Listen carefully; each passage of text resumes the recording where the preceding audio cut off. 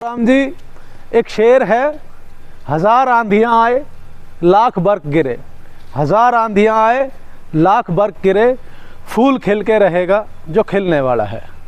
दोस्तों, आज आप देख रहे हैं चारों तरफ प्रदूषण AQI की चर्चा चल रही है। बताया जा रहा है कि 500 से पार कर गया, स्वास्थ्य के लिए बहुत हानिकारक है, और चारों तरफ अब यही चर्चा है। तो कुछ बात हो जाए। ये हमारे पेड़ हैं, ये जैसे पाम का पेड़ है, 10 फुट का हो चुका है। तो 3 साल की ये मेहनत है। ये देख लीजिए, इसका तना भी बिल्कुल बन के आ रहा है।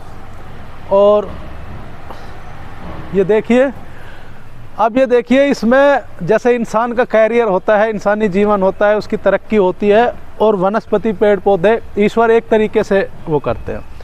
सारे पेड़ एक ही साइज़ के लगे थे, एक ही जगह पे लगे थे, एक ही जैसा इनको सबको खाद पानी दिया गया, एक ही जैसी इनकी परवरिश की गई। लेकिन ये पेड़ छोटा रह गया, वो पेड़ अपेक्षाकृत बहुत बड़े हो गए। 3 साल का टाइम है। अब ये फाइकस के पेड़ हैं, ये भी करीब करीब 10 फुट से ऊपर जा चुके हैं, इनको छटाई कर दी गई थी। तो ये पेड़ लगाने के मामले में, उद्यान लगाने के मामले में और इंसान का जो कैरियर है उसके मामले में एक समानता है। 2 विकल्प है, हमारे पास भी 2 विकल्प बताए गए थे। एक विकल्प तो ये था कि बड़े बड़े पेड़ लाए जाएं, जो एक तरीके से जिसको ट्रांसप्लांट बोलते हैं, जिससे फाइकस का पेड़ 8 फुट का 10 फुट का लाया जाए 1000 रुपये के आसपास, और पाम के पेड़ जो है वो 3000 रुपये से लेकर और 15,000 रुपये तक लाए जाएं, और वो एकदम से बड़े दिखेंगे।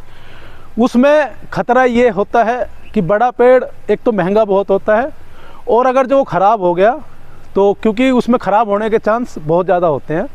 दूसरा विकल्प ये था कि बिल्कुल छोटे छोटे पौधे लाए जाएं और उन पौधों को लगाकर मेहनत की जाए, उनकी देखभाल की जाए, और उन्हें बड़ा होने का, फलने फूलने का मौका दिया जाए, कुदरत के ऊपर छोड़ दिया जाए। वो कुछ 100 रुपये का काम था। जैसे फाइकस के पेड़ 100 या 150 रुपये, और पाम के पेड़ भी 150 रुपये 200 रुपये के एक बताया गया था। तो इस मामले में आपके जैसे जीवन में है, सलाहकार की बहुत बड़ी अहमियत होती है। आपका सलाहकार कैसा है, ये आपकी सफलता के ऊपर या पलने बढ़ने के ऊपर, वो वनस्पति हो या इंसान हो, बहुत बड़ा रोल ये करते हैं। तो हमारे एक भाई, हमारे मित्र हैं त्यागी जी, टीटू त्यागी जी, वो लैंडस्केपिंग का काम करते हैं। उन्होंने सलाह दी कि भाई बड़े पेड़ लगाओगे तो जाहिर सी बात है वो एकदम से अच्छे दिखेंगे, लेकिन वो उसकी कीमत बहुत चुकानी पड़ेगी, और उनके ख़राब होने के चांस भी ज़्यादा है। हो सकता है कि 10 पेड़ लगाए जाएँ तो उसमें से 6 पेड़ ख़राब हो जाए, तो पैसे की बर्बादी, और फिर नए सिरे से कोई पेड़ लगाना पड़ेगा, फिर रिस्क लेना पड़ेगा। ये अशोक के पेड़ हैं, ये भी देख लीजिए 12-12, 13-13 फुट तक जा चुके हैं। तो ये भी 150-200 रुपये का एक पेड़ आया था। 3 साल का टाइम हुआ है इनको सबको।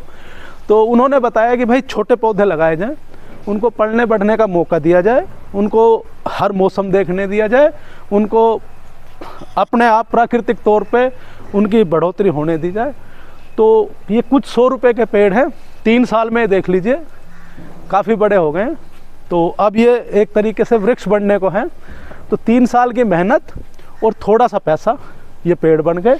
दूसरा विकल्प ये है आपके पास कि एकदम से आप लैंडस्केपिंग वाले को लाएं, ब्रांडिंग जैसे होती है, जैसे जीवन में कैरियर में ब्रांडिंग होती है, लैंडस्केपिंग वाले को लाए, वो बड़े बड़े पेड़ लगाएगा, वो कई लाख रुपए आपसे चार्ज करेगा, और आपका गार्डन, आपका उद्यान सुंदर दिखेगा। दूसरा तरीका ये है कि आप छोटे छोटे पौधे लाएं, उनको पलने बढ़ने का समय दें, उनके ऊपर मेहनत करें, उनको खाद पानी दें समय पर, और कुदरत के ऊपर उनको बढ़ने के लिए प्रार्थना करें कि अच्छे बढ़ोतरी हो। अब ये देख लीजिए, ये पेड़ ख़राब हो गया था, तो दूसरा पेड़ इसकी जगह मात्र कुछ 100 रुपये में लगा दिया। तो जाहिर सी बात है, हाँ ये पेड़ बड़ा नहीं हुआ, लेकिन एक फ़ायदा हो गया कि हम पैसे हमारे जो है वो बच गए और समय बच गया। तो ये है। ये घास भी इसी तरीके से बिल्कुल हम लूज़ घास लेके आए थे। लैंडस्केपिंग वाले बताते हैं कारपेट घास लेके आओ, लेकिन लूज वो बहुत महंगी होती है, ये बहुत सस्ती थी। अब 3 साल की मेहनत है। तो इसी प्रकार जीवन में आप ये देख लीजिए, आपका 2 चीज़ है, एक आपके पास संसाधन है और बहुत सारा पैसा है, और तो आप एकदम से गार्डन लगा सकते हैं। यही चीज़ आपके कैरियर में है, ख़ास तौर पे पॉलिटिकल कैरियर में। दूसरा ये है कि आप थोड़ा सा अपने संसाधन जितने उस सीमित संसाधनों में कोशिश कीजिए, पौधे लगाइए।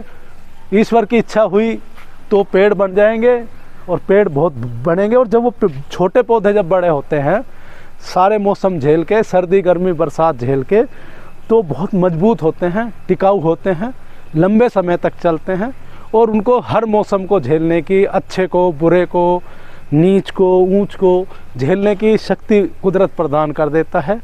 तो बाकी भगवान की ग्रेस है कि यहाँ पे प्रदूषण थोड़ा कम है लग रहा है, तो क्योंकि पेड़ पौधे हैं, पीछे पीपल का पेड़ है हमारा, ऑक्सीजन दे रहा है, तो काफ़ी राहत मिल रही है। यहाँ तो घर पे तो पोल्यूशन से, अब शहर में जाएंगे तो देखिए जो सबको भुगतना है वो हमको भी भुगतना है। बाकी एक चीज़ है सरकार की, 2 खबरें देखने को मिली। एक तो 8.5 लाख गाड़ियों का स्टॉक जो कार कंपनियां हैं उनका बिना बिका हुआ खड़ा है। दूसरा, पहले बताया गया कि डीजल की 10 साल पुरानी और पेट्रोल की 15 साल पुरानी गाड़ियों को अब हम नहीं चलने देंगे। लेकिन ग्रेफ 3 और ग्रेफ 4 के नाम पे 2019 से पहले, क्योंकि यूरो भारत स्टेज 4 ही था इंडिया में, देश में, भारत में, तो भारत 4 की गाड़ियां थी। अब ये कहने लगे हैं कि भारत 4 की गाड़ियां भी ग्रेफ में नहीं चल सकती। तो जाहिर सी बात है, एक आदमी अपने जीवन में 1 या 2 गाड़ियां ही ले सकता है। तो अब सरकार की जो मर्जी है, गाड़ियां नहीं चलेंगी, लोगों को परिवहन के, सरकारी परिवहन के साधन नहीं है, तो मजबूरन जो नई कार खरीदनी पड़ेगी। तो कंपनियों का जो स्टॉक है 8.5 लाख का, वो निकल जाएगा। सरकार भी खुश, जनता भी खुश। धन्यवाद।